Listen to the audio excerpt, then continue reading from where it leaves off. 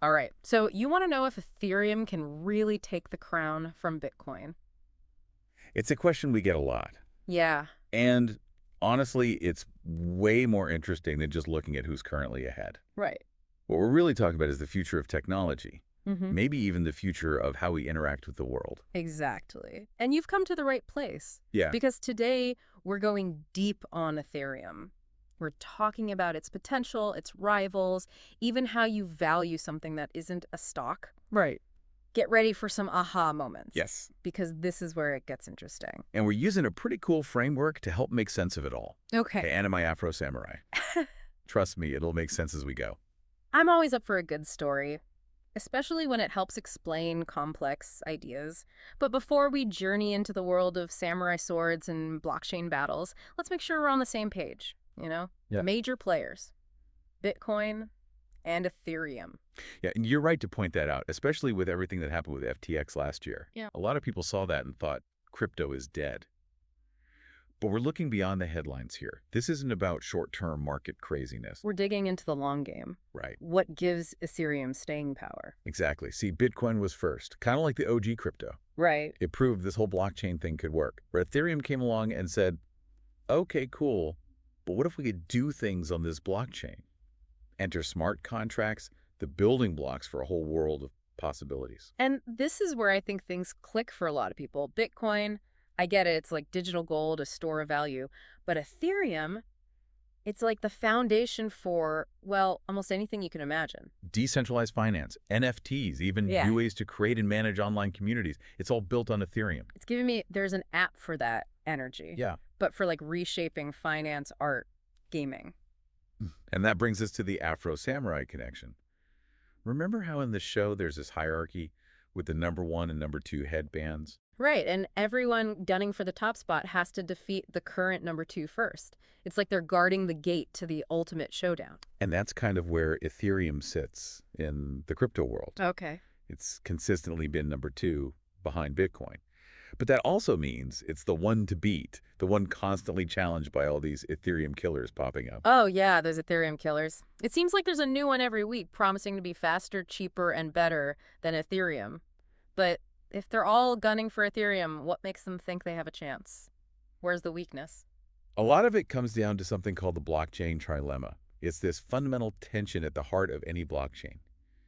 You can only have two out of three things: decentralization, security, and speed. Okay, break that down for me. Think of it this way. Decentralization is the whole point of crypto, right? No single entity controlling everything. Right. It's about distributing power. Security means the system is incredibly difficult to hack or manipulate. And speed, well, that's how fast you can actually UEC the blockchain. So it's like trying to pick the best pizza toppings. You can't always get everything you want. Pretty much. And a lot of these Ethereum killers are banking on speed as their winning strategy. Hmm. They say, look how many transactions per second we can do. Ethereum's too slow. But here's the catch. Is always a catch. Always. And in their quest for speed, they often sacrifice decentralization. They might introduce some element of central control to keep things running smoothly. Which, let's be honest, kind of defeats the purpose of a decentralized system, right? Yeah. If you wanted a central authority, you might as well stick with traditional banks or systems. You're getting it. Okay. And that's a big part of why crypto enthusiasts are so passionate about Ethereum. It's committed to decentralization while still trying to find solutions to its speed issues. And it's doing that through some really innovative tech. Remember how we talked about Ethereum being the foundation for other applications?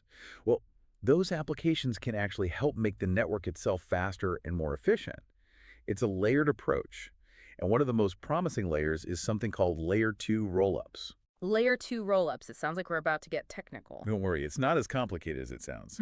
Imagine you have a highway with a lot of traffic. That's the main Ethereum blockchain. Layer 2 rollups are like building express lanes alongside the highway to handle some of that traffic more efficiently. Okay, I like where this is going. So instead of every single transaction clogging up the main blockchain, these rollups process batches of transactions off to the side, then settle them on the main chain later. This makes everything faster and cheaper without compromising security or decentralization. So it's like adding more lanes to the highway to handle more cars, but the highway itself is still the same solid, reliable road. And I'm guessing this is particularly good news for things like NFTs, which I know you're interested in. They can get pretty pricey, and slower transaction speeds mean higher fees. Exactly. Rollups are making NFTs more accessible, which is huge for wider adoption. And this is just one example. The key takeaway here is that Ethereum is finding ways to scale without compromising its core principles. So we've got this constantly evolving underdog in Ethereum fending off challengers left and right. But the big question, the reason you're here is, can it actually overtake the reigning champ? Can Ethereum really flip Bitcoin? That's the multi-trillion-dollar question, and to answer it, we need to dive even deeper. Because the flippening, as they call it, it's about more than just bragging rights. Right. Okay. Absolutely. We're not just talking about which name sits at the top of the list. Yeah. This is about which technology has the potential to reshape how we think about money, about value, about the internet itself. Okay, so let's say I'm putting on my investor hat for a second. What are the factors that could actually make this happen? What does Ethereum have going for it besides cool tech? Well, for starters, let's talk about real-world use cases. We Cool. touched on it earlier, but it's worth emphasizing. Bitcoin is great as a store of value, like digital gold. But Ethereum, it's like the platform for building entirely new economies. And that's a powerful story to tell, especially to institutional investors. Because big companies, they're not just looking for the next get-rich-quick scheme. They want something with real utility, something they can build on. Right. And I know we've got some heavy hitters already in the Ethereum space. Oh, absolutely. We're talking Microsoft, Amazon, JP Morgan. These aren't your fly-by-night startups. They're using Ethereum for everything from supply chain management to creating entirely new financial products. Like those stablecoins you mentioned. I remember you saying those could be huge, especially with my interest in hyperinflation. And you're right to be interested in those. Yeah. Imagine a world where instead of seeing your savings wiped out by hyperinflation, you could hold them in a digital currency pegged to the US dollar. That's the power of stablecoins. They offer the stability of a traditional currency with the speed and global accessibility of cryptocurrency. Wait, so you're telling me that with Ethereum, I could potentially send, say, digital US dollars to someone on the other side of the world instantly for pennies? You got it. No more exorbitant remittance fees, no more waiting days for transactions to clear. And guess what's powering a lot of these stablecoins? Ethereum. Bingo. And the more people use these Ethereum-based stablecoins, the more valuable Ethereum itself becomes. It's a fascinating feedback loop. Okay, this is starting to sound less like a tech demo and more like a potential solution to some really big global problem. And that's what's so exciting about this space. But let's get back to this idea of the flippening. Even with all these amazing use cases, even with big companies jumping in, can we really compare Ethereum to a tech giant like Apple or Google? Those are trillion-dollar companies. How do you even begin to put a price on a decentralized network? Yeah, it's not like Ethereum has a stock price or anything. Right. And that's what makes this analysis we're diving into so fascinating. The author argues that we can actually value Ethereum like a company using a metric you might be familiar with, the price-to-earnings ratio, or PE ratio. Okay, I've heard of that before. But usually when talking about traditional companies, right, how do you calculate a PE ratio for something like Ethereum? That's the clever part. See, instead of looking at shares of a company, they look at the amount of ETH that's staked. Staked, right? Like locking up your ETH to support the network. Exactly. And when you stake your ETH, you're essentially betting on the future success of the network. You're saying, I believe in this technology, and I'm willing to put my money where my mouth is. It's a bit like buying a share in this digital city that generates revenue. So they're saying that staked ETH is kind of like owning a piece of the Ethereum network. And because the network generates revenue through transaction fees, you can use that to calculate a PE ratio. You're getting it. It's a way to compare apples to apples, even though one is a traditional company and the other is this groundbreaking decentralized network. And what they found is that Ethereum's PE ratio is actually quite low compared to many tech companies, especially given its growth potential. Low PE, high growth potential. Okay, now I'm seeing why people are so bullish on Ethereum. It's definitely got people talking. But even if we ignore the whole price prediction game, which, let's be honest, is always a gamble, just thinking about Ethereum through this lens as a company rather than just a coin, it changes your perspective, doesn't it? It does. It makes you think about the long-term value proposition. Like if Ethereum really is the foundation for the future of finance, gaming, digital ownership, well, suddenly those valuations don't seem quite so far-fetched, do they? And that's where our Afro Samurai analogy comes back into play. Ethereum is in that challenger position. Yeah, okay. It's constantly fighting off rivals, proving its worth, while also eyeing that #1 spot. But this isn't just a fight between two cryptocurrencies. It's about two fundamentally different visions of the future. Exactly, and that's what makes this whole space so captivating. So we're talking about Bitcoin, the OG crypto, representing the secure, scarce digital asset, almost like a digital gold standard. And then there's Ethereum, constantly evolving, building out this platform for practically anything you can imagine in the digital world. It's almost like comparing a fortress to a bustling metropolis. And what's interesting is it doesn't have to be an either situation. Exactly. Both of these approaches have their own merits. Bitcoin's stability and limited supply are appealing, especially in times of economic uncertainty. Makes you wonder how someone who lived through hyperinflation views Bitcoin, right? It's like a safety net, especially when you've experienced firsthand how fragile traditional financial systems can be.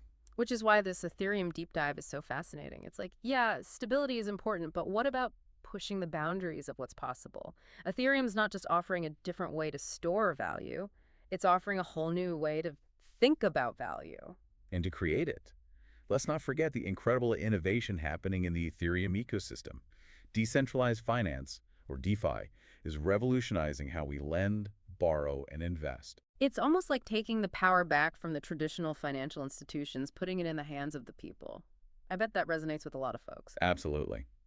And then there are NFTs, which, while they had their moment in the spotlight, their real potential goes far beyond just digital art.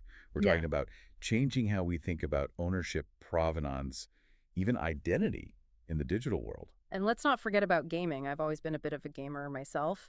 And the idea of owning your in-game items, being able to trade them or sell them like real assets, that's a game changer, literally. It's like we're witnessing the birth of entirely new digital economies, and Ethereum is the infrastructure making it all possible. So where does that leave us? What's the big takeaway for someone who's been following this space? Maybe even thinking about dipping their toes into the Ethereum pool? Well, first I'd say this. Whether Ethereum ever flips Bitcoin in terms of market cap is almost beside the point. Yep. The real story here is the power of innovation. Because even if you're not fully convinced about the whole Ethereum as a company thing, there's no denying the impact it's having. It's pushing the boundaries of what's possible with blockchain technology, and that benefits everyone in the space. Precisely. It's like that old saying, rising tide lifts all boats. I like that. So even if someone listening isn't ready to go all in on Ethereum, it's still crucial to understand what it is, what it represents, and the potential it holds. Because this isn't just about picking the winning cryptocurrency. It's about understanding the forces that are shaping the future of finance technology and how we interact with the world around us. And who knows? Maybe by diving deep into Ethereum today, we've glimpsed a future that's far more interesting and far more decentralized than we ever imagined. Thanks for joining us on this epic deep dive. Until next time, keep exploring, keep learning, and remember, the most valuable asset in the crypto world isn't Bitcoin or Ethereum, it's knowledge. Your value system says you believe in sleep more than you believe in grinding. Your value system says you are a consumer and not a producer. And you're spending more money than you're making. Why? Because you're a consumer, but you're reading all the books and you're saying everything the books are saying. But those books are not in alignment with your values. And if you're going to go to the next level, your values are going to have to change. Slow wine, meditated till there's no mind. Decorate me with shine till I go blind. BDSM dominated it with no bind. Safe words don't stop, both oh don't go. No time, proceed to the next level. Proceed to the next level.